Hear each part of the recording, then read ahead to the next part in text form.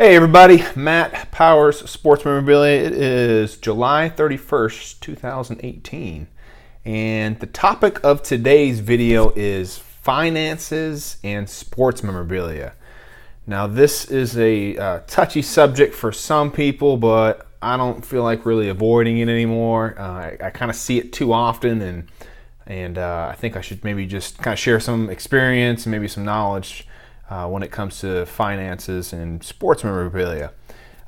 Personal finance is kind of one of my, outside business kind of endeavors that I really enjoy, and I've kind of gained some knowledge from. And I just think it's such a cool, fascinating topic that so many people do wrong, and it can definitely better people's lives. But obviously, this is a sports memorabilia business, so I'm going to keep it related to sports memorabilia. And you know what I'd like to really hammer home when buying autographs and sports memorabilia is you don't need this stuff to survive, right? Like, this is not food, shelter and all that kind of stuff. So this is just kind of extracurricular stuff that you buy that you get enjoyment from. Maybe you buy it as an investment, whatever you're looking to do for it, right?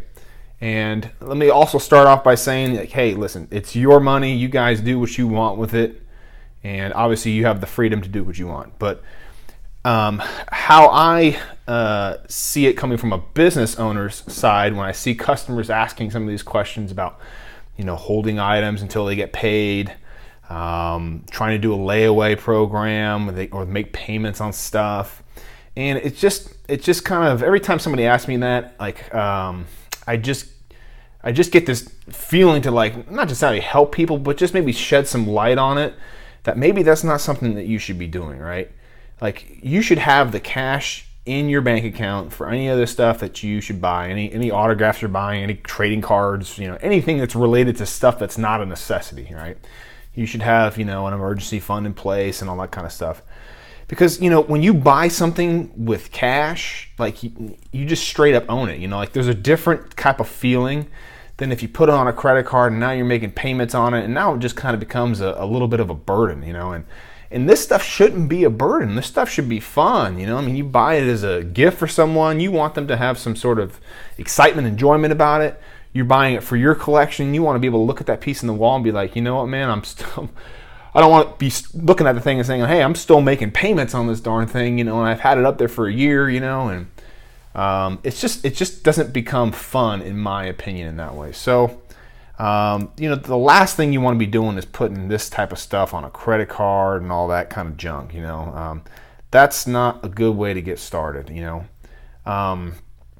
Definitely don't do layaways and all that kind of stuff, Save up the money, make it a good purchase, make sure you're out of debt when you're buying this stuff, The last thing you want to be doing is throwing money at this stuff when you could be throwing it at, other mistakes that you had made, like that car payment or whatever you got going on. So, as a business owner, I really want people, when they buy something from me, to be 100% all in on the item, Like, I want them to understand what the item is, okay?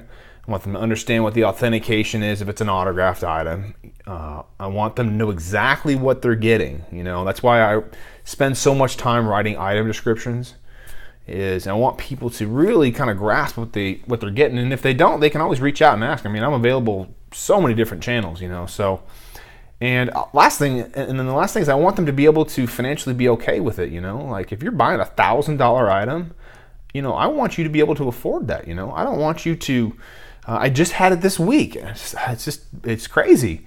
The guy bought an item like a year or so ago, I believe, and it wasn't an expensive item. It was maybe $100, And he's reaching out and wanting to resell it back to me, because he needs some cash. And I'm just thinking, why did you buy that in the first place? And granted, things may have changed in his life. I don't know what the situation is, but me paying you, $25, $30, is that really life changing? I would hope not, So that's the kind of message that I want to send to people when they're buying stuff like this, is just really make sure that you've got all those things in order before you buy something, because I want you to feel great about the item. I don't want you to have any regrets, or like that guy with the tattoo, no regrets, where he misspells it, Like, we don't want any of that when people are buying stuff, you know. So, and I don't want to be that guy that you know, where people are like addicted to buying sports memorabilia or buying stuff like that. Don't get me wrong, I want people to buy from me all the time, and you know, the more business the better, but I want people who are financially stable to be able to do that, and solid mental understanding of what they're buying, and you know, exactly what they're getting and all that kind of stuff. So that for me is the best enjoyment, right? You know, you get the perfect item, you can afford it, and everybody's happy, you know. The last thing I want is somebody buying something, and I see it all the time. People will return stuff 2-3 weeks later, and you know, they say, "Oh, my husband didn't want this item. He said we can't afford it," and all that stuff. And you know, hey, props to you for returning it, man. I mean, that takes big courage right there. You know, the last thing people want to say is, "Hey, I can't afford something," you know. But that's okay to say, and that's a great starting point when it comes to sports memorabilia. You know. Is, yeah, I want to have that Michael Jordan jersey, but you know what? It's $4,000 or whatever they cost now, you know? And I want to make sure I save up for that, so when I buy it, I own it.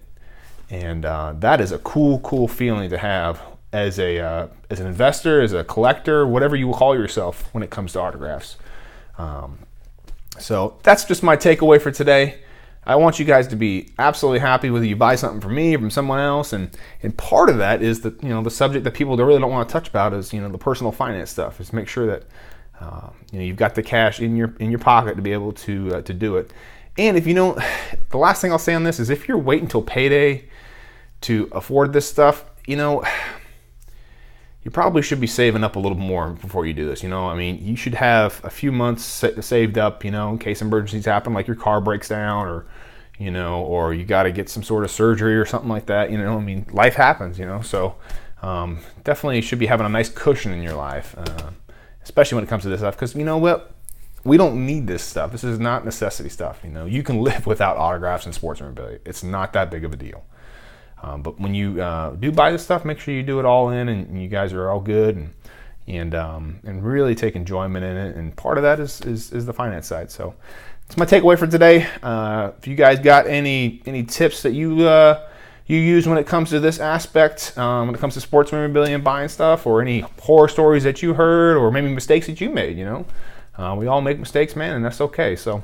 Go ahead and comment that below, and if I can help with anything sports memorabilia related, you know, check me out. Shoot them in on the website, powersportsmemorabilia.com. You guys can always email me, matt@powersportsmemorabilia.com. Call me, 650-888-7915. You can text that number too. A million different ways to reach out. So thanks, guys. Hope you're having a good day. Thank you.